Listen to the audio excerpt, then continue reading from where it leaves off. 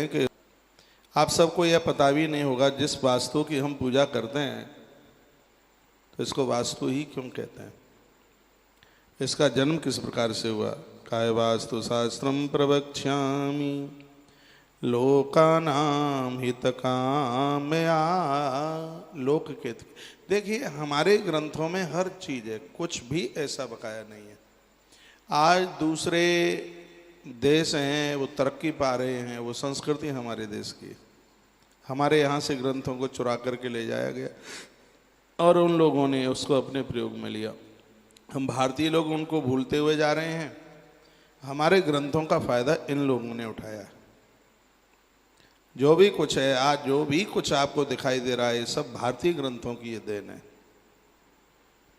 भगवान विश्वकर्मा वास्तु पुरुष की उत्पत्ति बताते हैं। जो आप ये वास्तु पूजा करते हैं वह उत्पन्न कैसे हुआ, उसकी उत्पत्ति कैसे। आज का टॉपिक बहुत बढ़िया है, जरूर सुनिएगा।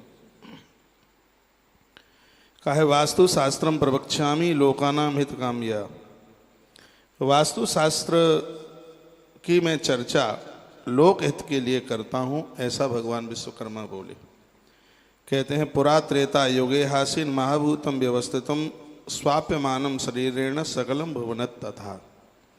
बात उस समय की है, उस युग में प्राचीन काल में एक बार ऐसा हुआ था, अंधकासुर और भगवान महादेव का घमासान युद्ध हुआ। इतनी जोर से युद्ध हुआ कि भगवान शंकर की पसीने की बूंद माथे की, भूत भावन भूतेशः, भगवान भूत भावन शंकर की माथे की जो बूंद है पसीने की है, वो जमीन पर गिरी। जैसे ही जमीन पर वह गिरी तो उसमें से एक विलक्षण पुरुष प्रकट हो गया। उसने बड़ी जोर से गर्जना की, ऐसा लग रहा था कि कहीं उत्पात ना हो जाए। उसने ऐसी भयंकर गर्जना की तो सब ब्रह्मा जी के पास पहुंचे देवता।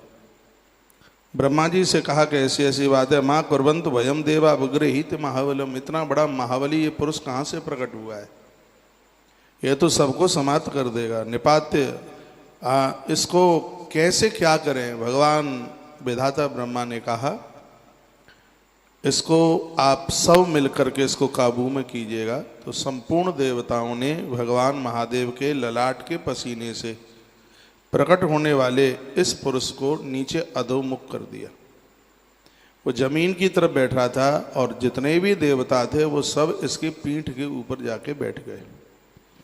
माँ कुर्वत्तु भयम देवा विग्रहो तेन महाबलम निपात्य दो मुखम भूमौ निर्वशंका भविष्यतः।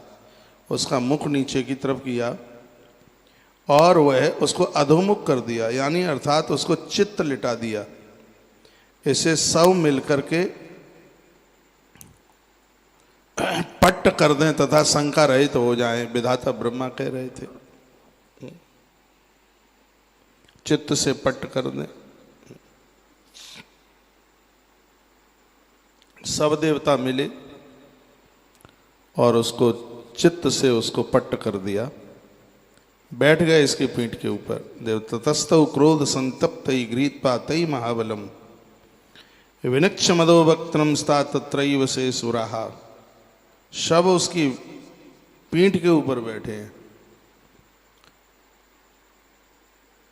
विधाता ब्रह्मा ने कहा देवताओं, इसकी पीठ को तुमने अपना भाग बनाया है, रहने का स्थान बनाया है, और इसको देख करके यह मुझे लग रहा है कि संपूर्ण सृष्टि के जितने भी मकान हैं, मंजिलें हैं, वो सब इसके पृष्ठभाग पर वो खड़ी होंगी। मैं इसको एक नाम देता हूँ, इसका नाम होगा वास्तु। बहुत ध्यान सुनिएगा। वास्तु पुरुष का प्राकट्य भादों कृष्ण पक्ष की तृतीया को दिन शनिवार के दिन हुआ है। कृतिका नक्षत्र था उस दिन, व्यतिपात योग था।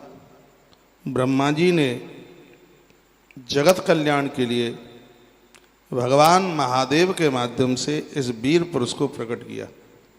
ये ब्रह्मा जी ने ही किया। वास्तु पुरुष की ब्रह्मा जी से प्रार्थना। जो वास्तु पुरुष प्रकट हुआ उसने ब्रह्मा जी से प्रार्थना की, चराचरमिदं सर्वं त्वया सृष्टम जगत प्रभु। हे प्रभु, आप जगत की सृष्टि करते हैं, बिना अपराधीन चमाम पीड़यंती च सुरावृसम, ये मेरे बिना अपराध के ये देवता मुझे कष्ट क्यों दे रहे हैं? मेरी पीठ पर बैठे हैं, ये मुझे क्यों कष्ट दे रहे हैं? मैंने अपराध क्या किया है, मुझे आप ये बता दीजिए। वास्तु पुरुष ने कहा, हे जगत कर्ता, आपने संपूर्ण चराचर जगत को रचा है तथा मेरी भी रचना की है, तो फिर ये देवता सब के सब मिलकर ये मुझे इतना कष्ट क्यों दे रहे हैं? मेरी पीठ पर क्यों बैठ रहे हैं? ब्रह्मा जी ने वरदान दिया, कहा वरम तस्मई ददौ प्रीतो ब्रह्मा लोक पितामह, ग्रामे वा नगरे वापि दुर्गे वा पतने पिबः, प्रसादे वा प्रियापाम च जलोत्थाने तथैव च यस्वान् पूर्वयेत् मर्तो मोक्षा वास्तु नरस्य वै, अश्रियमृतमाप्नोति विघ्न तस्य पदे पदे वास्त पूजा कुर्वाणस्तत्हारो भविष्यति। जो भी कोई नल प्याऊ बनवाएगा उसमें तुम्हारी पूजा होगी, मकान बनवाएगा, जीर्णोद्धार कराएगा, मठ मंदिर देवालय बनेंगे, गांव बसाए जाएंगे, दुर्ग किले बनाए जाएंगे, उसमें पूजा सबसे पहले तुम्हारी होगी। पौधशाला, पानी की टंकी, नल जल, जलाशय, उद्यान आदि के जो भी निर्माण हैं उसमें सबसे पहले तुम्हारी पूजा होगी। और विधाता ब्रह्मा कहते हैं, ऐसा भवन बनाया गया है जिसमें तुम्हारी पूजा नहीं, ऐसा प्रवेश किया गया भवन में जिसमें तुम्हारी पूजा नहीं है, ऐसे आवास मकान में रहने वाला व्यक्ति निर्धन हो जाएगा। ये विधाता ब्रह्मा बोल रहे हैं। मत्स्य पुराण की श्लोक पद्धति का यहाँ वर्णन किया गया है। कभी आप देखते होंगे लोग घर के बाहर बहुत आराम से रहते हैं, लेकिन घर में आते ही, अंदर प्रवेश करते ही उनके मस्तिष्क के ऊपर ऐसा वजन सा, ऐसा भारीपन सा हो जाता है। कभी आपने किन्हीं से सुना हो, अनुभव किया हो, विधाता ब्रह्मा ने कहा, जो इन शुभ कार्यों में, निर्माण कार्यों में आपकी पूजा नहीं करेगा, आपका आह्वान नहीं करेगा, वो व्यक्ति चैन से नहीं रह पाएगा। ये विधाता ब्रह्मा ने कहा। इतनी जगह पर तुम्हारा पूजन जरूर होगा, ये विधाता ब्रह्मा बोले हैं। ये आप लिख भी सकते हैं कौन कौन सी जगह हैं जहाँ वास्तु की पूजा होती है। इतुक्तां तथे सद्यो देवो ब्रह्म विदाम्बरः वास्तु पूजा प्रकुर्वीत ग्रहारंभे प्रवेशने। ग्रह का चाहे निर्माण आप आरंभ कराएं तब वास्तु की पूजा, और उसमें आप प्रवेश करें तब भी वास्तुदेव की पूजा होनी चाहिए। प्रतिवर्षम च यज्ञादु तथा पुत्रस्य जन्मनि, पुत्र का जन्म होता है, वास्तु की पूजा वर्ष में एक बार आपके घर में वास्तुदेव की पूजा होनी चाहिए। जिस घर में यज्ञ होते हैं उससे वास्तुदेव बड़े प्रसन्न होते हैं। क्या सुंदर बात कही है। विधाता ब्रह्मा कहते हैं कि जिस घर में यज्ञ होगा उनके ऊपर तुम्हारी मेहरबानी होगी, तुम उनको आनंद से भर दोगे। प्रतिवर्षम च यज्ञादु तथा पुत्र से जन्मनि, पुत्र से जन्मनि इसका मतलब यह है कि जब बच्चों का जन्म होता है, वो आप जन्म तिथि मनाते हैं, उस दिन यज्ञ जरूर कीजिए। ये बात है आपको कोई बताएगा नहीं, जो मैं आपको निवेदन कर रहा हूँ।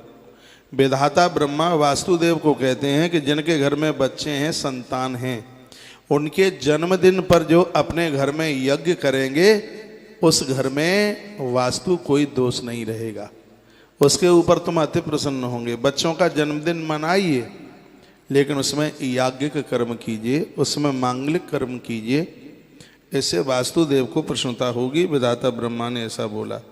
व्रतवंदे विवाहे च तथैव च महोत्सवे, आप विवाह की तारीख मनाते हैं, शादी की तारीख मनाते हैं, इस श्लोक में यही कहा है।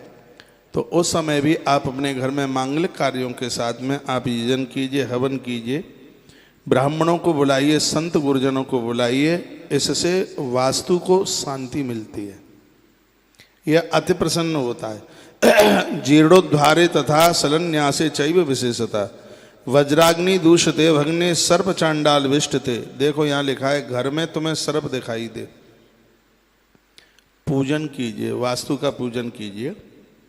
घर में कोई पत्थर टूट के ऊपर से नीचे गिर गया, ऐसी कोई दिक्कत आई है, घर का कोई भाग टूट के नीचे गिरा है, उस समय विधिवत रूप से इस देव का घर में वंदन हो, पूजन हो। पूजा बहुत सरल है, इसमें कोई ऐसी बात नहीं है। जल का लोटा भर के रखिएगा एक पटे के ऊपर, और सामने एक सांपिन चांदी के बना करके रख दीजिएगा, उनका पूजन कीजिएगा। साधारण भाव से ही आप पूजा, शंकर जी का पुत्र है वास्तु, भगवान महादेव के मंत्र बोल दीजिएगा।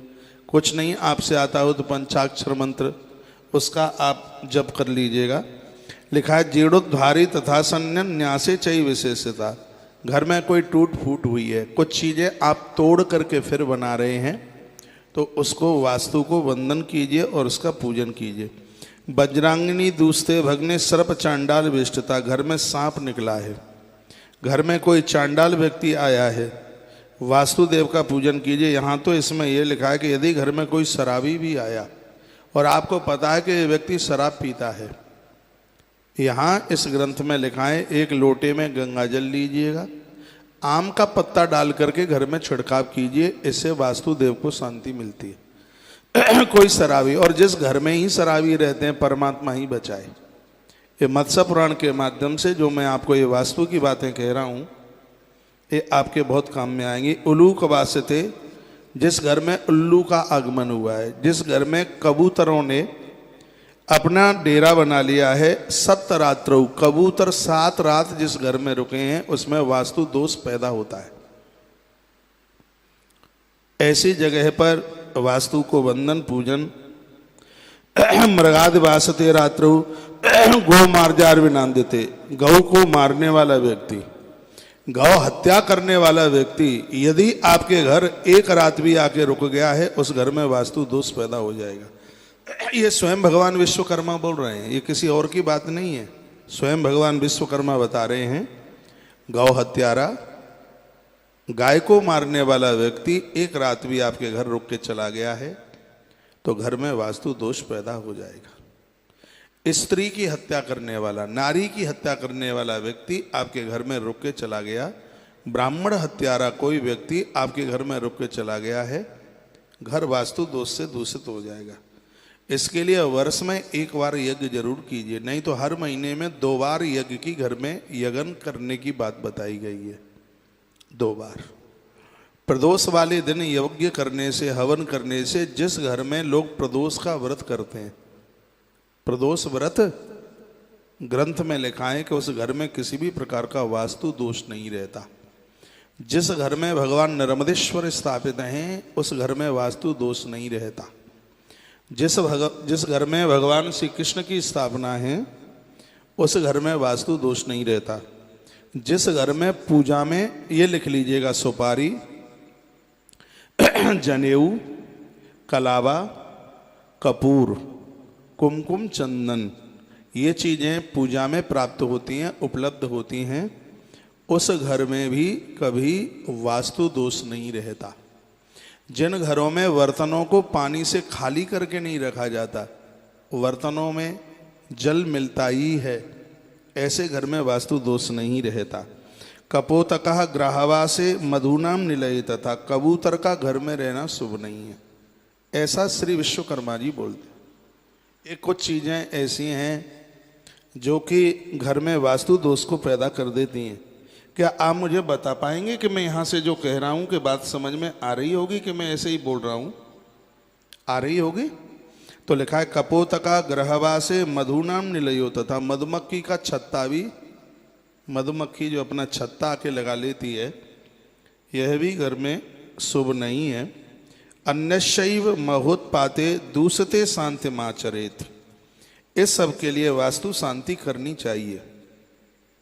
और सुन लीजिए, यदि घर पर आकाशीय बिजली गिर जाए, घर टूट फूट जाए, दूषित हो जाए, सर्पों की अधिकता होने पर, गौ घातक गौमांस भक्षी घर में प्रवेश करने पर, उल्लुओं के रहने पर, 7 दिन तक लगातार कौए का बसेरा घर में रहने पर, घर में रात्रि में पालतू पशु या गाय के रोने का शब्द सुनकर, गौ माता रोए, सियार आदि बोले, बिल्ली आदि की रोने की आवाज, इसलिए बिल्ली पालना ठीक नहीं है।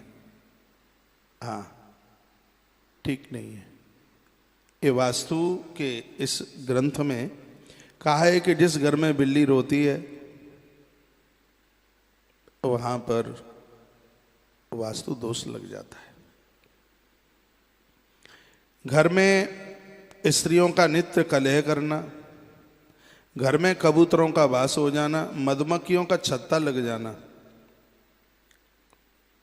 ये इतनी सी स्थिति बनती है, वहां वास्तु शांति अवश्य करानी चाहिए। क्या सुंदर बात इस ग्रंथ में लिखी है, तोड़ा फोड़ी ना करें। बिल्कुल आज के वास्तु शास्त्री लोग हैं वो सब आपका तोड़वा के रख देंगे, आपकी रसोई तोड़वा देंगे, आपके बाथरूम तोड़वा देंगे, आपका ड्राइंग रूम तोड़वा देंगे। मेरे पास इतना सुंदर ग्रंथ है जिसमें वास्तु की बातों का वर्णन है, उसमें का कुछ भी तोड़ने की जरूरत नहीं है। बस थोड़ी इतनी सी सावधानी कर लीजिएगा। पूजा पाठ क्या लगता है, आप 8 दिन में 15 दिन में महीने में एक बार अपने घर में आहुति डाल ले, यज्ञ कर ले, प्रदोष का व्रत घर में कोई भी कर ले। इतनी सी चीज़ें 5-4 चीज़ें मैंने आपको बताई हैं। कपूर घर में मिले, सुपारी मिले, कलावा मिले, घर में जनेऊ मिले, यज्ञोपवीत मिले, रोली चंदन मिले, ये सब चीज़ों से घर में वास्तु दोष नहीं रहता। जिस घर में माँ तुलसी को रोपित किया गया है उस घर में भी वास्तु दोष नहीं रहता। इसी ग्रंथ में लिखा है। जिस घर में भगवान महादेव को बिठाया है, सालराम भगवान को बिठाया है, भगवान श्री कृष्ण की स्थापना जिस घर में है उस घर में भी वास्तु दोष नहीं रहता। जिस घर में गौ माता को चंदिया निकलती है उस घर में भी किसी भी प्रकार का वास्तु दोष नहीं रहता। ऐसा यहाँ पुराण के अंतर्गत ये लिखा हुआ है। एक बार जयकारा लगाएं, बोलिए बांके बिहारी लाल की, हनुमान जी महाराज की जय। जय श्री राधे, जय जय श्री राधे, जय जय श्री राधे। वास्तुदेव का स्थान है हमेशा ईशान कोण में होता है। कभी भी आप धरती का पूजन करते हैं तो वो पूजन पूरब और उत्तर का जो कोना है, पूरब मान लिया जाए ये मेरे सामने, और उत्तर मान लो ये, तो उत्तर और पूरब का जो कोना है वो वास्तुदेव का स्थान है। कभी भी आप गृह निर्माण करते हैं या गृह प्रवेश करते हैं तो पूरब और उत्तर के कोने में इस देव की पूजा होती है। वो चीजें बताई गई हैं, सुन लीजिए। जमीन का चयन करना है, और ये कहकर आज मैं बात को विराम लूंगा। कैसी जगह पर आप मकान बनाएं तो उसका वर्णन किया है। अर्थात संप्रवक्ष्यामि लोकानां हितकाम्यया, लोक के हित के लिए 4 तरह की जमीन बताई, 4 रंग की जमीन।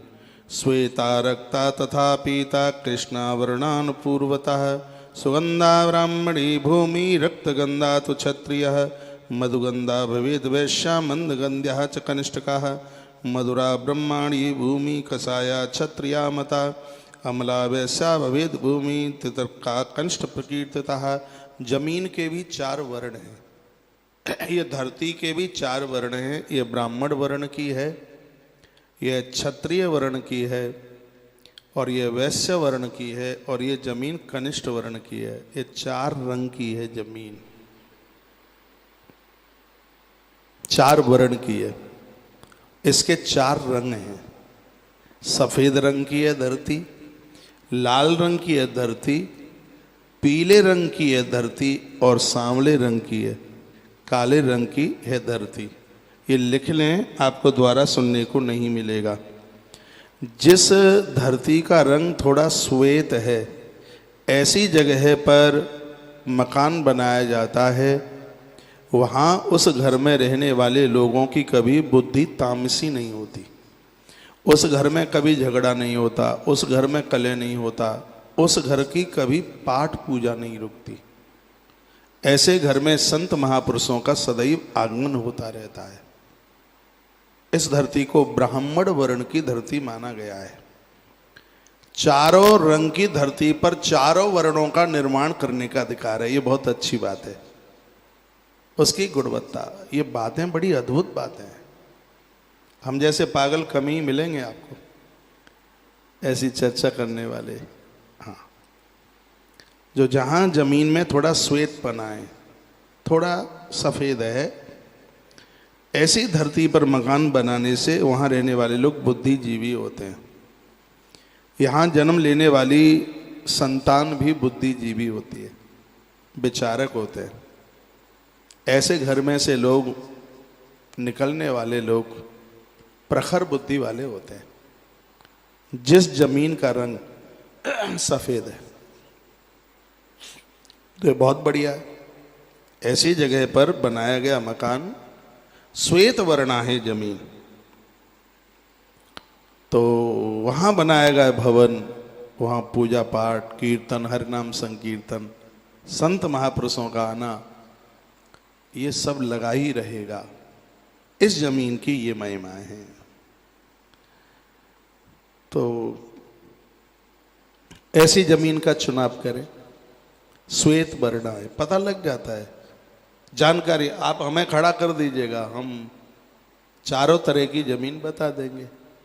ये ब्राह्मण वर्ण की है, ये क्षत्रिय वर्ण की है, और ये वैश्य वर्ण की है, और ये कनिष्ठ वर्ण की है। ब्राह्मण वर्ण की जमीन श्वेत है,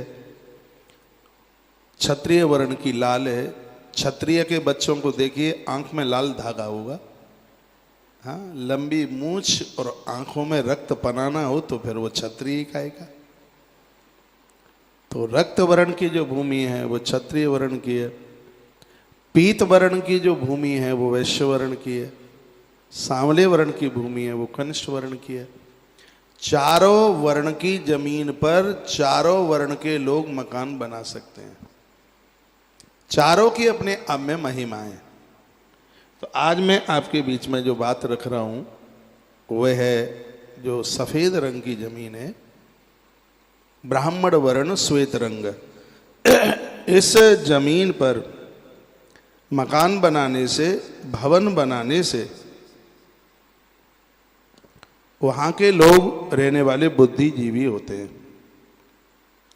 और बताया गया कि माटी को चख करके देखा जाए तो ये घी के स्वाद की होती है। जो सफेद रंग की जो मिट्टी है ब्राह्मण वर्णीय, इसका एक टुकड़ा आप मुख में डालेंगे तो ठीक उसका स्वाद घृत जैसा होगा, गाय के घी जैसा। गंध भी वैसी ही होगी, मीठी सी लगेगी खाने में। यहां पर बनाया गया भवन अपने आप में अति प्रभावशाली है। ऐसी जगह पर निर्माण किया गया भवन का किसी भी प्रकार की वहां बाधा नहीं आ सकती। इस घर में जन्म लेने वाले जो लोग हैं वो बुद्धिजीवी होंगे, ज्ञानी होंगे, विचारक होंगे। इसकी ऐसी महिमा है। विधाता ब्रह्मा बता रहे हैं, मनु जी महाराज को यही बात भगवान मत्स्य बता रहे हैं, मत्स्य नारायण। श्री मनु जी ने पूछा, भगवान आगे बताएं? आगे तो अब कल बताएंगे। आज आपने सफेद रंग की जमीन जिस पर बना हुआ भवन और आपको बुद्धिमता देगा, विद्वान बना देगा, ऐसी जमीन। कल की चर्चा में और 3 रंग की जमीन है, वह आप सुन पाएंगे। मकान बनाएं उससे पहले जमीन का परीक्षण करें, यह भी कल आप सुनेंगे। प्लॉट चौकोर होना चाहिए, आयताकार होना चाहिए, त्रिकोण होना चाहिए, बीच में ऊंचा होना चाहिए, बीच में नीचा होना चाहिए। इस ग्रंथ के माध्यम से ये तमाम बातें आपके बीच में रखूंगा। यदि आप सुनते रहे तो आपको कहीं इधर उधर भागने की जरूरत नहीं पड़ेगी। 10 बजे के प्रोग्राम के लिए भी ऐसी मोटी कॉपी बनाएं आप, कमाल हो जाएगा। ऐसी ऐसी बातें सुनने को मिलेंगी जो पूर्व में ना सुनी हो। अपने घर की बाधा को आप खुद दूर कर दोगे, ये मेरी पहल रहेगी। इसी बात के लिए रात्रि का प्रोग्राम आरंभ किया है। आज की बात को यहीं विराम दूंगा और आप सबको प्रणाम करूंगा। आप सब का जीवन मंगलमय हो, आपका घर भगवान का धाम बने, तुम्हारे घर का वास्तुदेव सदैव शांत रहे। भगवान महादेव और विधाता ब्रह्मा के चरणों में मेरी ऐसी प्रार्थना है। शुभ रात्रि। कल सुबह 11 बजे कथा में मिलते हैं। गरुण पुराण की कथा, अचंभित कथा हो रही है, आश्चर्यचकित कथा हो रही है। भगवान विश्वकर्मा स्वयं बता रहे हैं कि वास्तु पुरुष का जन्म किस प्रकार से हुआ।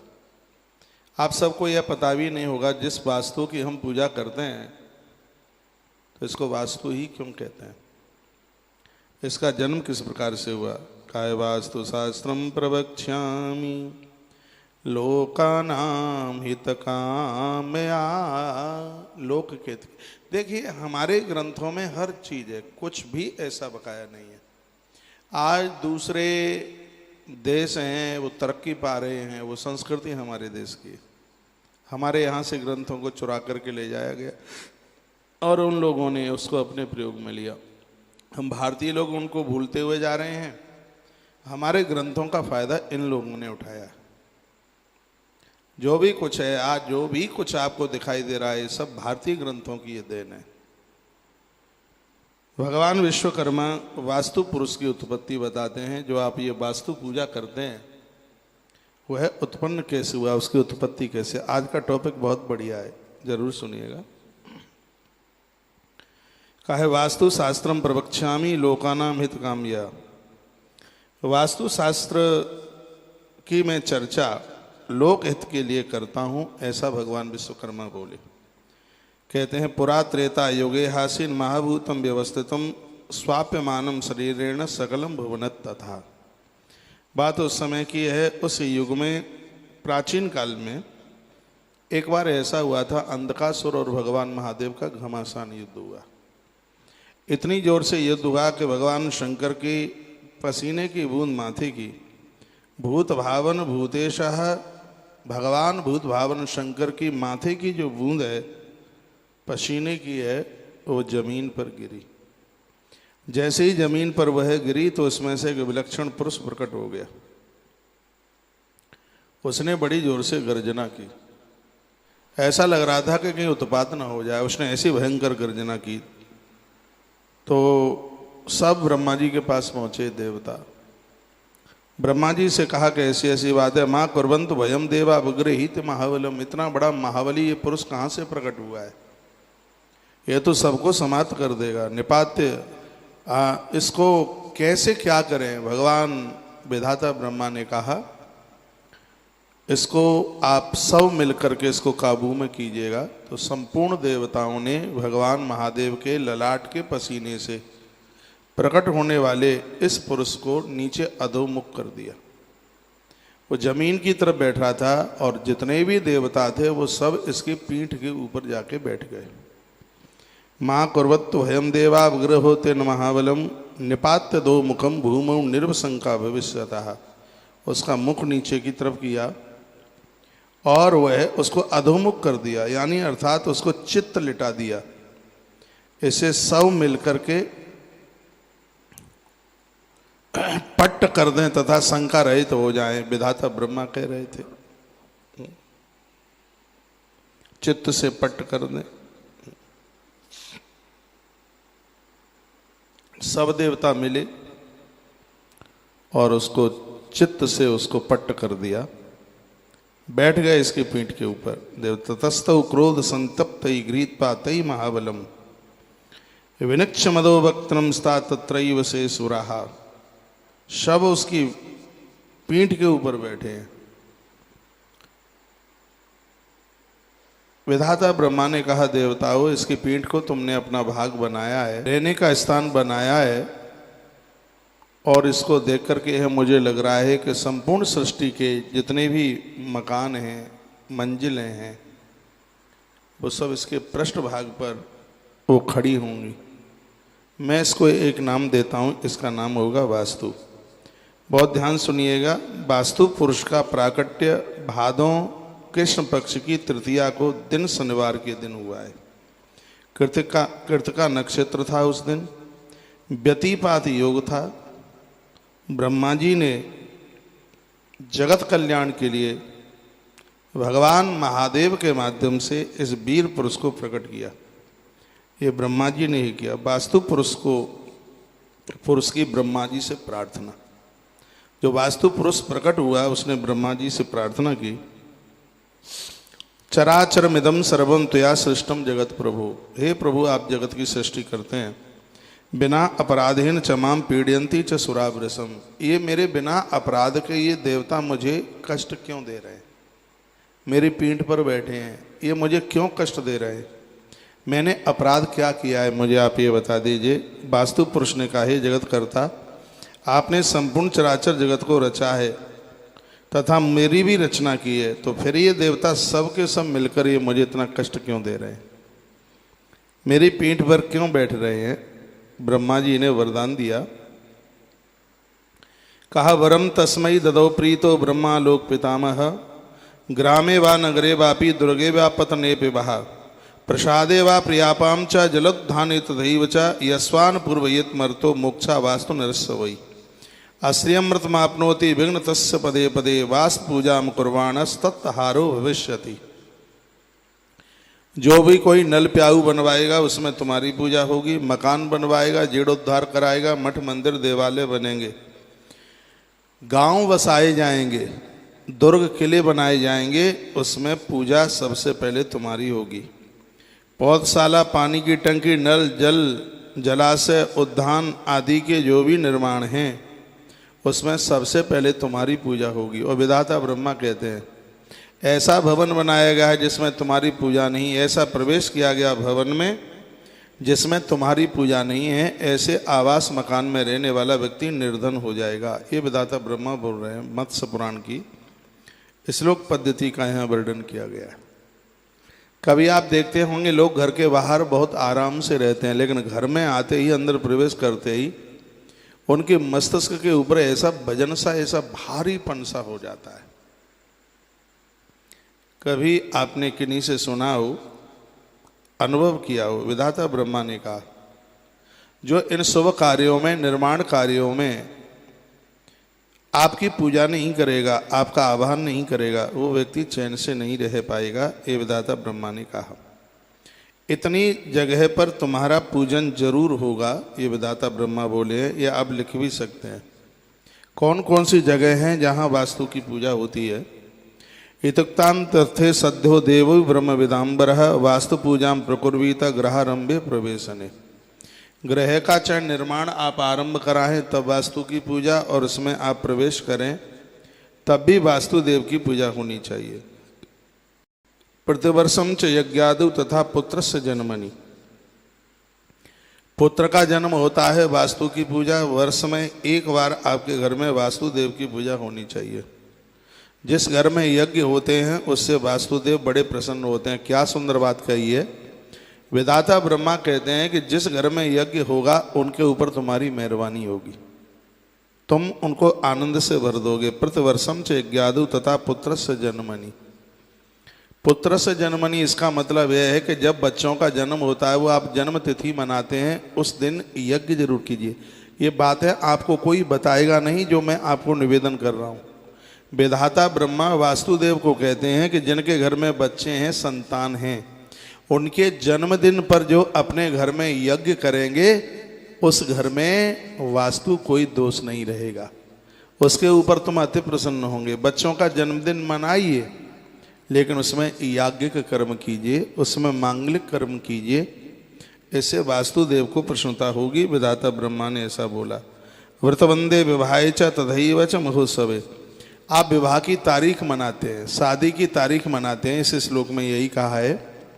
तो उस समय भी आप अपने घर में मांगलिक कार्यों के साथ में आप यजन कीजिए, हवन कीजिए, ब्राह्मणों को बुलाइए, संत गुरुजनों को बुलाइए, इससे वास्तु को शांति मिलती है, यह अति प्रसन्न होता है। जीर्णोद्धारे तथा सलन्यासे चैव विशेषता, वज्राग्नि दूषते भग्ने सर्प चांडाल विष्टते। देखो यहाँ लिखा है घर में तुम्हें सर्प दिखाई दे, पूजन कीजिए, वास्तु का पूजन कीजिए। घर में कोई पत्थर टूट के ऊपर से नीचे गिर गया, ऐसी कोई दिक्कत आई है, घर का कोई भाग टूट के नीचे गिरा है, उस समय विधिवत रूप से इस देव का घर में वंदन हो, पूजन हो। पूजा बहुत सरल है, इसमें कोई ऐसी बात नहीं है। जल का लोटा भर के रखिएगा एक पटे के ऊपर, और सामने एक सांप चांदी के बना करके रख दीजिएगा, उनका पूजन कीजिएगा। साधारण भाव से ही आप पूजा, शंकर जी का पुत्र है वास्तु, भगवान महादेव के मंत्र बोल दीजिएगा। कुछ नहीं आपसे आता हो तो पंचाक्षर मंत्र, उसका आप जप कर लीजिएगा। लिखा है जीर्णोद्धारी तथा सन्न्यासे चई विशेषता, घर में कोई टूट फूट हुई है, कुछ चीज़ें आप तोड़ करके फिर बना रहे हैं, तो उसको वास्तु को वंदन कीजिए और उसका पूजन कीजिए। वज्रांगिनी दूसते भगने सर्प चांडाल विष्टता, घर में सांप निकला है, घर में कोई चांडाल व्यक्ति आया है, वास्तुदेव का पूजन कीजिए। यहाँ तो इसमें यह लिखा है कि यदि घर में कोई शराबी भी आया और आपको पता है कि ये व्यक्ति शराब पीता है, यहाँ इस ग्रंथ में लिखा है एक लोटे में गंगा जल लीजिएगा, आम का पत्ता डाल करके घर में छिड़काव कीजिए, इससे वास्तुदेव को शांति मिलती है। कोई शराबी, और जिस घर में ही शराबी रहते हैं परमात्मा ही बचाए। ये मत्स्य पुराण के माध्यम से जो मैं आपको ये वास्तु की बातें कह रहा हूँ, ये आपके बहुत काम में आएंगी। उल्लू वास्ते, जिस घर में उल्लू का आगमन हुआ है, जिस घर में कबूतरों ने अपना डेरा बना लिया है, सप्तरात्रौ, कबूतर 7 रात जिस घर में रुके हैं उसमें वास्तु दोष पैदा होता है। ऐसी जगह पर वास्तु को वंदन पूजन। मृगाद वासते रात्रौ गौ मार्जार विनांदते, गौ को मारने वाला व्यक्ति, गौ हत्या करने वाला व्यक्ति यदि आपके घर एक रात भी आके रुक गया है, उस घर में वास्तु दोष पैदा हो जाएगा। ये स्वयं भगवान विश्वकर्मा बोल रहे हैं, ये किसी और की बात नहीं है, स्वयं भगवान विश्वकर्मा बता रहे हैं। गौ हत्यारा, गाय को मारने वाला व्यक्ति एक रात भी आपके घर रुक के चला गया है तो घर में वास्तु दोष पैदा हो जाएगा। स्त्री की हत्या करने वाला, नारी की हत्या करने वाला व्यक्ति आपके घर में रुक के चला गया, ब्राह्मण हत्यारा कोई व्यक्ति आपके घर में रुक के चला गया है, घर वास्तु दोष से दूषित हो जाएगा। इसके लिए वर्ष में एक बार यज्ञ जरूर कीजिए, नहीं तो हर महीने में 2 बार यज्ञ की घर में यज्ञ करने की बात बताई गई है।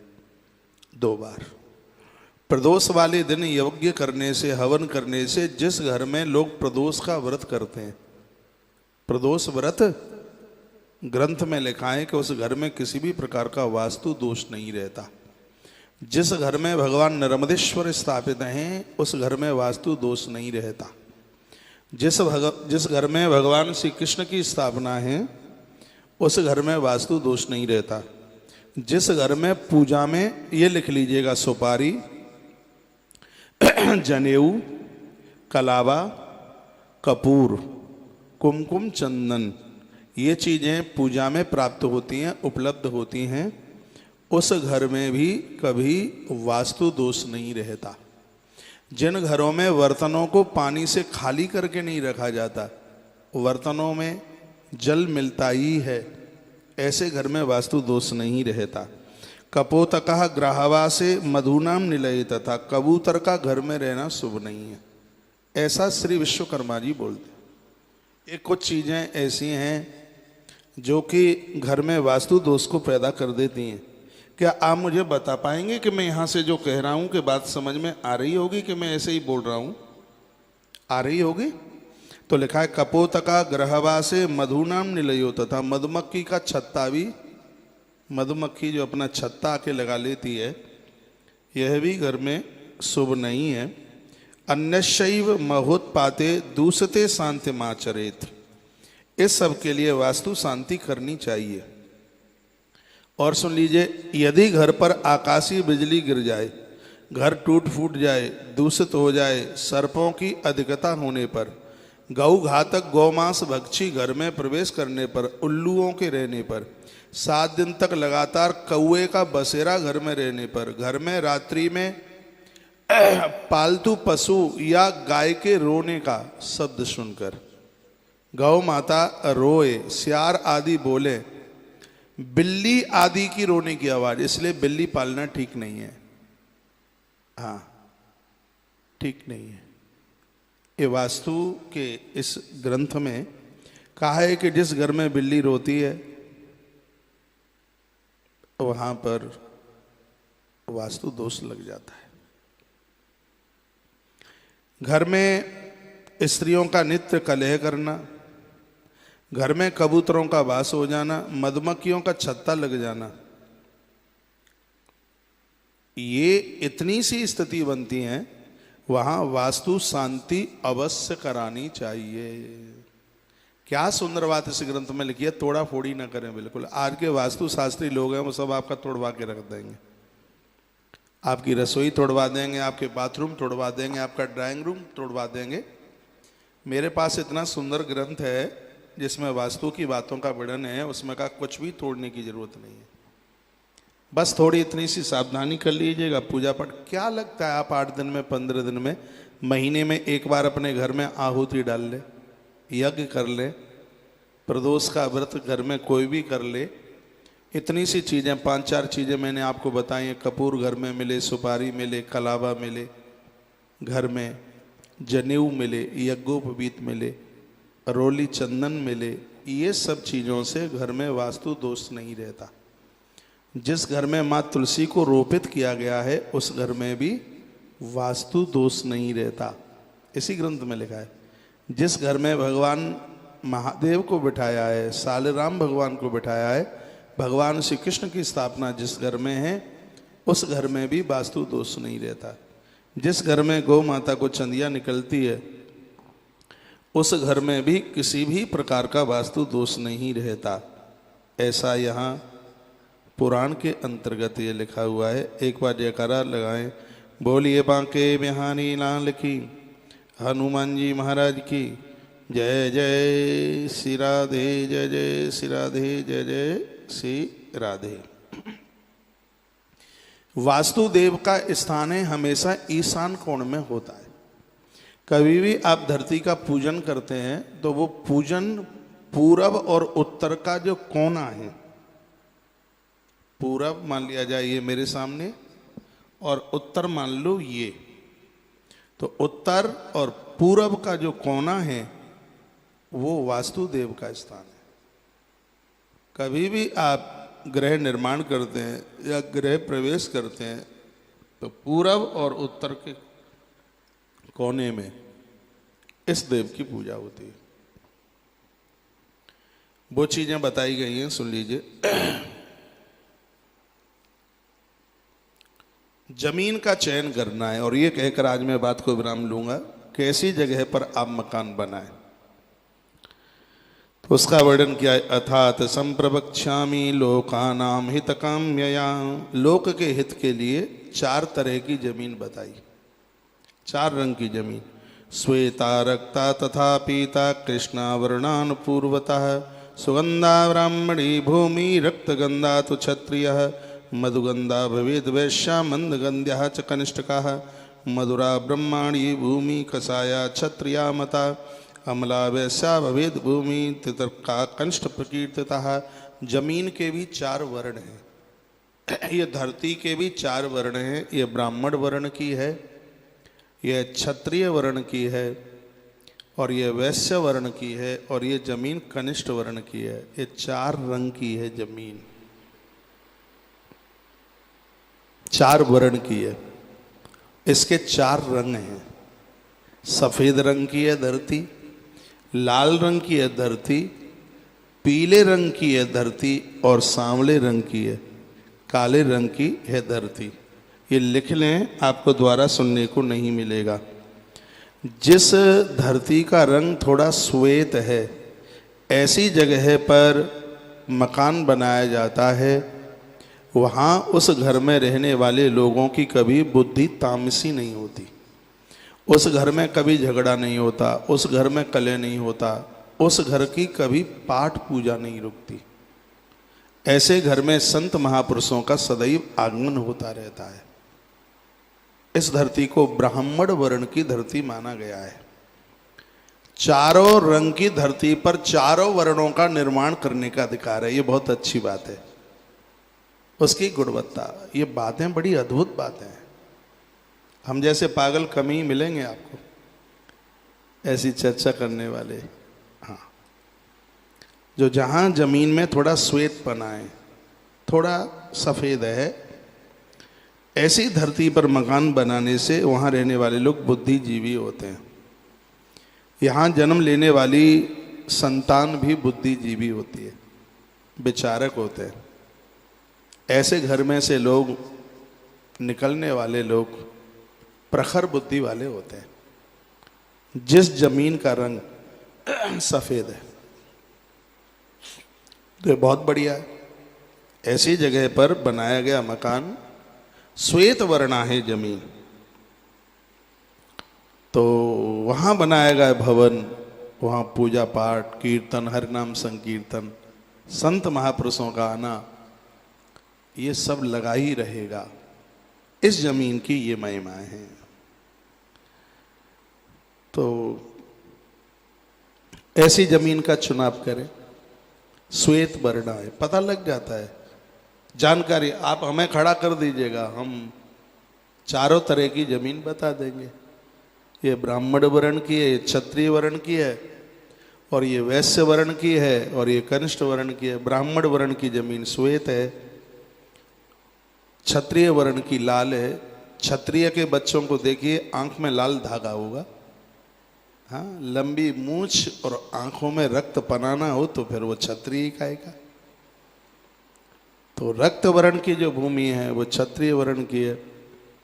पीत वर्ण की जो भूमि है वो वैश्य वर्ण की है। सांवले वर्ण की भूमि है वो कनिष्ठ वर्ण की है। चारों वर्ण की जमीन पर चारों वर्ण के लोग मकान बना सकते हैं। चारों की अपने आप में महिमाएं।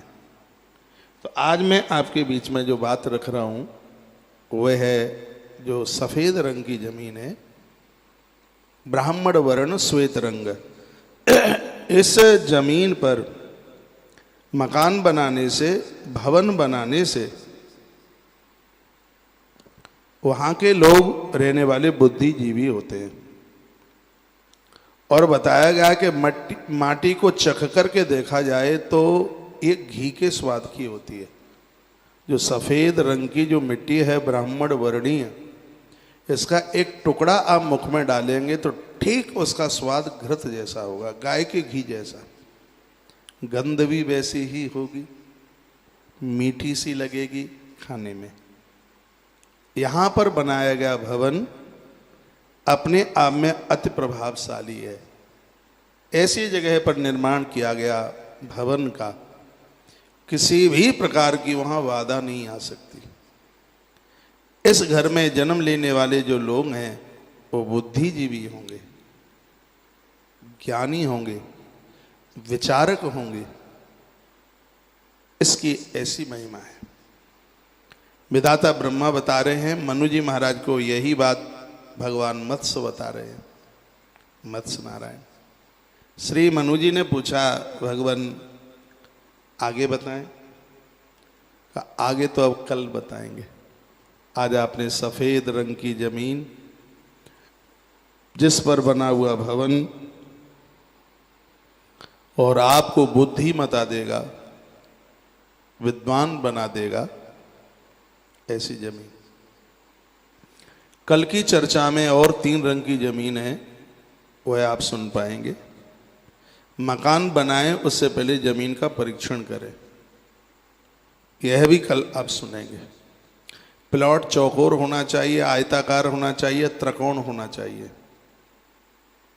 बीच में ऊंचा होना चाहिए, बीच में नीचा होना चाहिए। इस ग्रंथ के माध्यम से ये तमाम बातें आपके बीच में रखूंगा।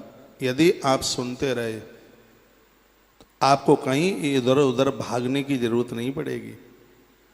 10 बजे के प्रोग्राम के लिए भी ऐसी मोटी कॉपी बनाएं आप, कमाल हो जाएगा। ऐसी ऐसी बातें सुनने को मिलेंगी जो पूर्व में ना सुनी हो। अपने घर की बाधा को आप खुद दूर कर दोगे, ये मेरी पहल रहेगी। इसी बात के लिए रात्रि का प्रोग्राम आरंभ किया है। आज की बात को यहीं विराम दूंगा और आप सबको प्रणाम करूंगा। आप सब का जीवन मंगलमय हो, आपका घर भगवान का धाम बने, तुम्हारे घर का वास्तुदेव सदैव शांत रहे। भगवान महादेव और विधाता ब्रह्मा के चरणों में मेरी ऐसी प्रार्थना है। शुभ रात्रि। कल सुबह 11 बजे कथा में मिलते हैं। गरुण पुराण की कथा, अचंभित कथा हो रही है, आश्चर्यचकित कथा हो रही है। भगवान विश्वकर्मा स्वयं बता रहे हैं कि वास्तु पुरुष का जन्म किस प्रकार से हुआ। आप सबको यह पता भी नहीं होगा, जिस वास्तु की हम पूजा करते हैं तो इसको वास्तु ही क्यों कहते हैं, इसका जन्म किस प्रकार से हुआ। काय वास्तु शास्त्रम प्रवक्ष्यामि लोकानाम हितकामया। लोक के देखिए हमारे ग्रंथों में हर चीज है, कुछ भी ऐसा बकाया नहीं है। आज दूसरे देश हैं वो तरक्की पा रहे हैं, वो संस्कृति हमारे देश की, हमारे यहाँ से ग्रंथों को चुरा करके ले जाया गया और उन लोगों ने उसको अपने प्रयोग में लिया। हम भारतीय लोग उनको भूलते हुए जा रहे हैं। हमारे ग्रंथों का फायदा इन लोगों ने उठाया। जो भी कुछ है आज, जो भी कुछ आपको दिखाई दे रहा है, ये सब भारतीय ग्रंथों की ये देन है। भगवान विश्वकर्मा वास्तु पुरुष की उत्पत्ति बताते हैं। जो आप ये वास्तु पूजा करते हैं वह उत्पन्न कैसे हुआ, उसकी उत्पत्ति कैसे। आज का टॉपिक बहुत बढ़िया है, जरूर सुनिएगा। कहे वास्तु शास्त्रम प्रवक्ष्यामि लोकानाम हितकामया। वास्तु शास्त्र की मैं चर्चा लोक हित के लिए करता हूँ, ऐसा भगवान विश्वकर्मा बोले। कहते हैं पुरा त्रेता युगे हासीन महाभूतम व्यवस्थितम स्वाप्यमानम शरीरेण सकलम भुवनत तथा। बात उस समय की है, उस युग में प्राचीन काल में एक बार ऐसा हुआ था, अंधकासुर और भगवान महादेव का घमासान युद्ध हुआ। इतनी जोर से युद्ध हुआ कि भगवान शंकर की पसीने की बूंद माथे की, भूत भावन भूतेशः, भगवान भूत भावन शंकर की माथे की जो बूंद है पसीने की है, वो जमीन पर गिरी। जैसे ही जमीन पर वह गिरी तो उसमें से एक विलक्षण पुरुष प्रकट हो गया। उसने बड़ी जोर से गर्जना की, ऐसा लग रहा था कि कहीं उत्पात ना हो जाए। उसने ऐसी भयंकर गर्जना की तो सब ब्रह्मा जी के पास पहुंचे देवता। ब्रह्मा जी से कहा कि ऐसी ऐसी बात है। माँ कुर्वंत भयम देवा विग्रहित महाबलम। इतना बड़ा महाबली ये पुरुष कहाँ से प्रकट हुआ है, ये तो सबको समाप्त कर देगा। निपात्य इसको कैसे क्या करें। भगवान विधाता ब्रह्मा ने कहा इसको आप सब मिलकर के इसको काबू में कीजिएगा। तो संपूर्ण देवताओं ने भगवान महादेव के ललाट के पसीने से प्रकट होने वाले इस पुरुष को नीचे अधोमुख कर दिया। वो जमीन की तरफ बैठ रहा था और जितने भी देवता थे वो सब इसकी पीठ के ऊपर जाके बैठ गए। माँ कुर्वत्तु भयम देवा विग्रहो तेन महाबलम निपात्य दो मुखम भूमौ निर्वशंका भविष्यतः। उसका मुख नीचे की तरफ किया और वह उसको अधोमुख कर दिया, यानी अर्थात उसको चित्त लिटा दिया। इसे सब मिलकर के पट्ट कर दें तथा शंका रहित हो जाएं, विधाता ब्रह्मा कह रहे थे। चित्त से पट्ट कर दें। सब देवता मिले और उसको चित्त से उसको पट्ट कर दिया। बैठ गए इसकी पीठ के ऊपर। देवतस्तौ क्रोध संतप्त गृहीत पातई महाबलम विनक्ष मदो वक्त्रम स्था तत्रैव से सुराहा। सब उसकी पीठ के ऊपर बैठे हैं। विधाता ब्रह्मा ने कहा देवताओं, इसकी पीठ को तुमने अपना भाग बनाया है, रहने का स्थान बनाया है, और इसको देख करके है मुझे लग रहा है कि संपूर्ण सृष्टि के जितने भी मकान हैं, मंजिलें हैं, वो सब इसके पृष्ठभाग पर वो खड़ी होंगी। मैं इसको एक नाम देता हूँ, इसका नाम होगा वास्तु। बहुत ध्यान सुनिएगा। वास्तु पुरुष का प्राकट्य भादों कृष्ण पक्ष की तृतीया को दिन शनिवार के दिन हुआ है। कृतिका नक्षत्र था उस दिन, व्यतिपात योग था। ब्रह्मा जी ने जगत कल्याण के लिए भगवान महादेव के माध्यम से इस वीर पुरुष को प्रकट किया। ये ब्रह्मा जी ने ही किया। वास्तु पुरुष की ब्रह्मा जी से प्रार्थना।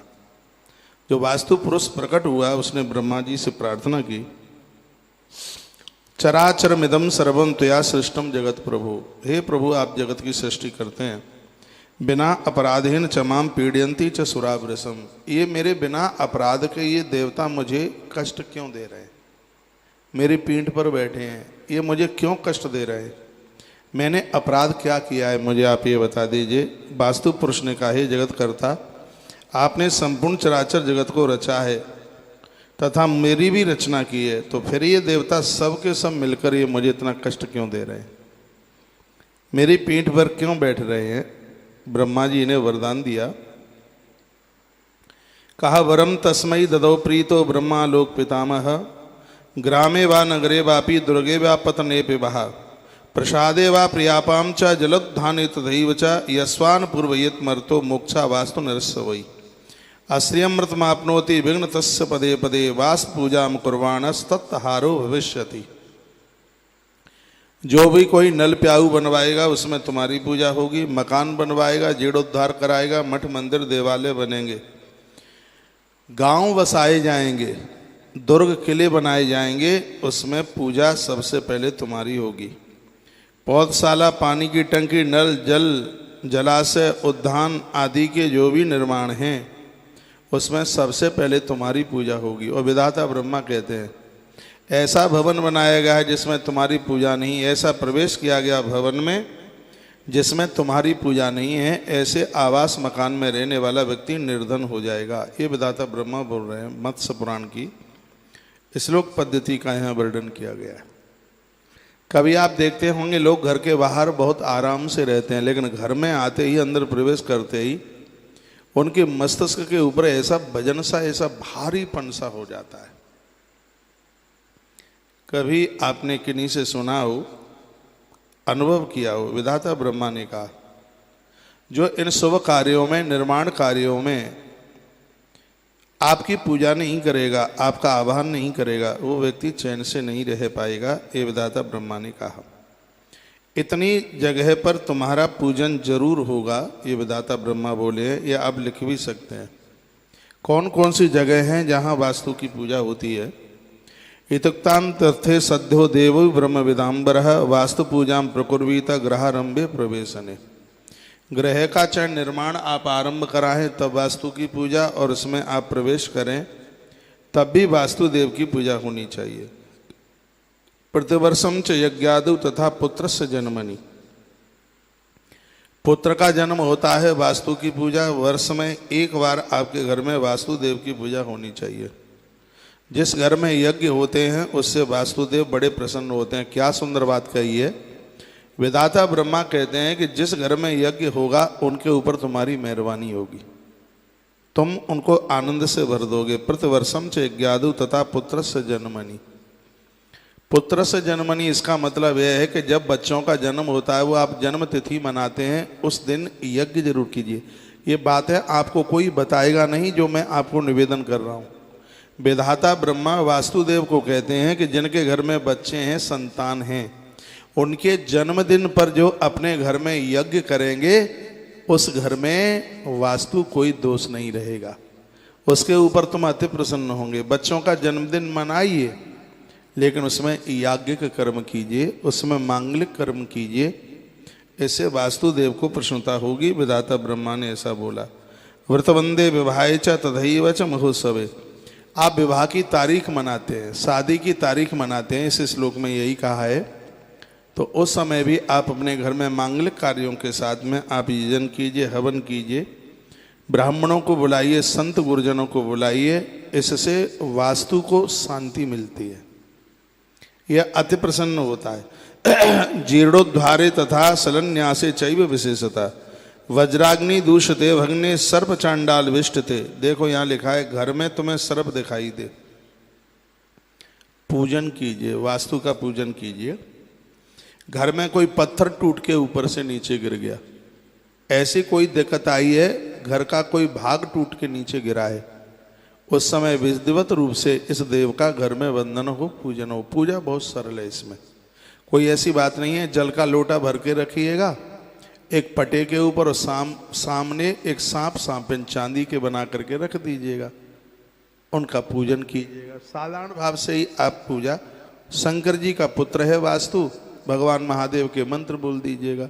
कुछ नहीं आपसे आता हो तो पंचाक्षर मंत्र उसका आप जप कर लीजिएगा। लिखा है जीर्णोद्धारी तथा संन्यासे चई विशेषता, घर में कोई टूट फूट हुई है, कुछ चीज़ें आप तोड़ करके फिर बना रहे हैं, तो उसको वास्तु को वंदन कीजिए और उसका पूजन कीजिए। वज्रांगिनी दूसते भगने सर्प चांडाल विष्टता। घर में सांप निकला है, घर में कोई चांडाल व्यक्ति आया है, वास्तुदेव का पूजन कीजिए। यहाँ तो इसमें यह लिखा है कि यदि घर में कोई शराबी भी आया और आपको पता है कि ये व्यक्ति शराब पीता है, यहाँ इस ग्रंथ में लिखा है एक लोटे में गंगा जल लीजिएगा, आम का पत्ता डाल करके घर में छिड़काव कीजिए, इससे वास्तुदेव को शांति मिलती है। कोई शराबी, और जिस घर में ही शराबी रहते हैं परमात्मा ही बचाए। ये मत्स्य पुराण के माध्यम से जो मैं आपको ये वास्तु की बातें कह रहा हूँ, ये आपके बहुत काम में आएंगी। उल्लूक वास्ते, जिस घर में उल्लू का आगमन हुआ है, जिस घर में कबूतरों ने अपना डेरा बना लिया है, 7 रात्रौ, कबूतर 7 रात जिस घर में रुके हैं उसमें वास्तु दोष पैदा होता है। ऐसी जगह पर वास्तु को वंदन पूजन। मृगाद वासते रात्रौ गौ मार्जार विनांदते, गौ को मारने वाला व्यक्ति, गौ हत्या करने वाला व्यक्ति यदि आपके घर एक रात भी आके रुक गया है, उस घर में वास्तु दोष पैदा हो जाएगा। ये स्वयं भगवान विश्वकर्मा बोल रहे हैं, ये किसी और की बात नहीं है। स्वयं भगवान विश्वकर्मा बता रहे हैं, गौ हत्यारा, गाय को मारने वाला व्यक्ति एक रात भी आपके घर रुक के चला गया है तो घर में वास्तु दोष पैदा हो जाएगा। स्त्री की हत्या करने वाला, नारी की हत्या करने वाला व्यक्ति आपके घर में रुक के चला गया, ब्राह्मण हत्यारा कोई व्यक्ति आपके घर में रुक के चला गया है, घर वास्तु दोष से दूषित हो जाएगा। इसके लिए वर्ष में एक बार यज्ञ जरूर कीजिए, नहीं तो हर महीने में 2 बार यज्ञ की घर में यज्ञ करने की बात बताई गई है।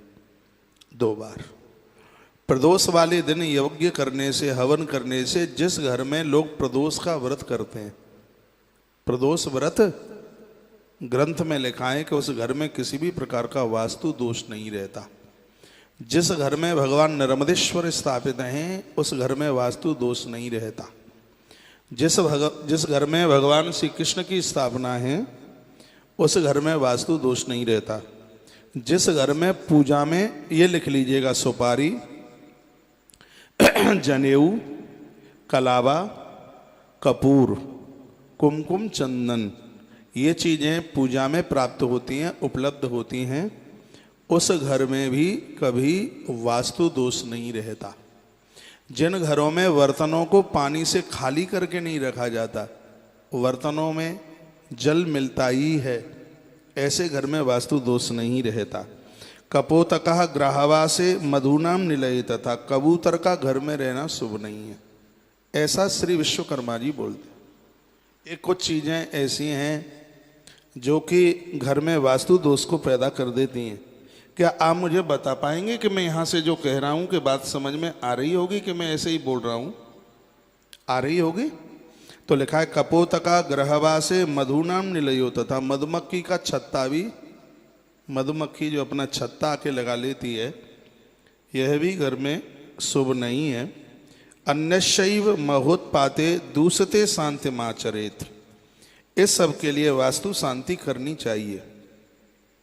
और सुन लीजिए, यदि घर पर आकाशीय बिजली गिर जाए, घर टूट फूट जाए, दूषित हो जाए, सर्पों की अधिकता होने पर, गौ घातक गौमांस भक्षी घर में प्रवेश करने पर, उल्लुओं के रहने पर, 7 दिन तक लगातार कौए का बसेरा घर में रहने पर, घर में रात्रि में पालतू पशु या गाय के रोने का शब्द सुनकर, गौ माता रोए, सियार आदि बोले, बिल्ली आदि की रोने की आवाज, इसलिए बिल्ली पालना ठीक नहीं है। हाँ, ठीक नहीं है। ये वास्तु के इस ग्रंथ में कहा है कि जिस घर में बिल्ली रोती है वहां पर वास्तु दोष लग जाता है। घर में स्त्रियों का नित्य कलह करना, घर में कबूतरों का वास हो जाना, मधुमक्खियों का छत्ता लग जाना,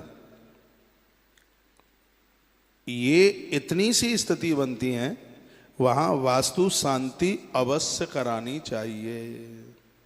क्या सुंदर बात इस ग्रंथ में लिखी है, तोड़ा फोड़ी ना करें। बिल्कुल आज के वास्तु शास्त्री लोग हैं वो सब आपका तोड़वा के रख देंगे, आपकी रसोई तोड़वा देंगे, आपके बाथरूम तोड़वा देंगे, आपका ड्राइंग रूम तोड़वा देंगे।